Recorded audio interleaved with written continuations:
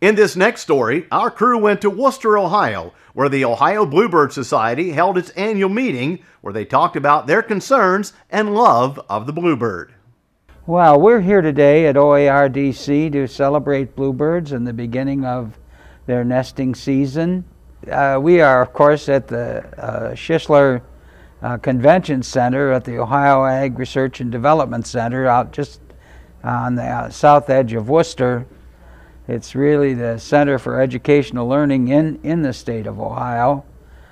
There are some 150 people here, which, as I said, is a big gathering for us.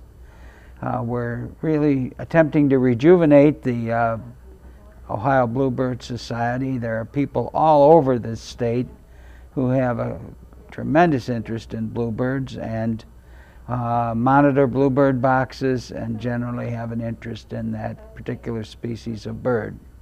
We have people all over the state, but this area in around Wooster is a very, very strong area for bluebirding, as is the area immediately adjacent to this in Holmes County. The Amish communities take very strongly to both eastern bluebirds and especially to purple martins.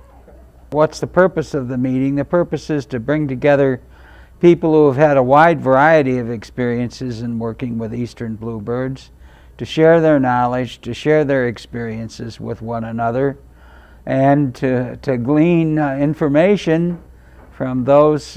These are great experimenters in terms of houses, in terms of box placements, in terms of methodology of monitoring bluebird boxes. So it's really an educational session. There's a lot of social contact along with it, but the main purpose, I would say, is to enjoy one another's experiences with bluebirds.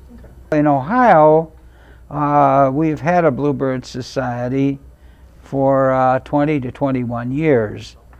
We've met it all over the state in various locations so that the bluebird can be highlighted in those several areas of the state.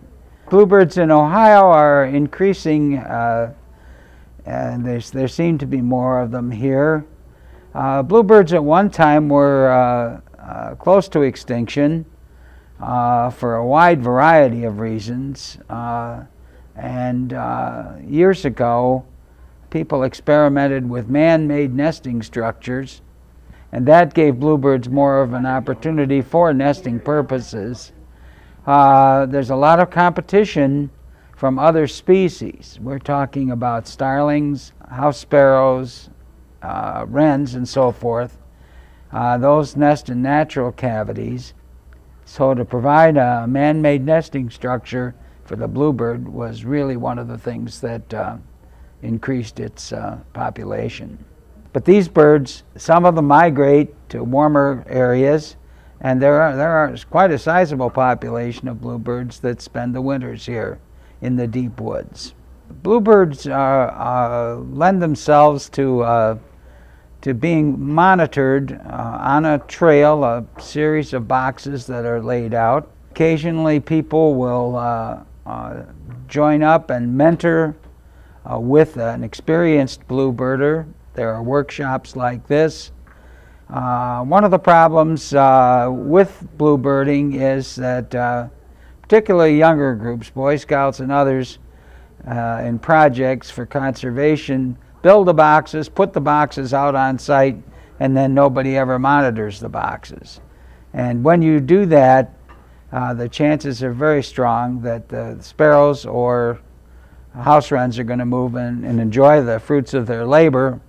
And the only way you can do it and do it properly is to build a box and to put it in the correct location and then monitor the box every 10 days to 2 weeks. People come to me and they want bluebirds. They want to have bluebirds in their yard. And they want to learn all about bluebirding. And my suggestion to them is find somebody who is an experienced bluebirder and mentor yourself to that person for a year or so, learn the trade, learn the secrets, and have a friend for life and do a better job when you're in a position to put out a bluebird trail yourself.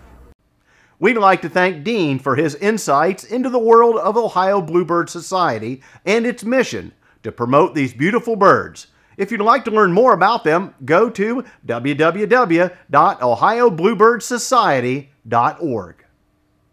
Down the Road is brought to you in part by Prince Agra, makers of Omnigen AF, advancing animal nutrition for healthy animals, and Woodruff Enterprise of Springfield, Ohio.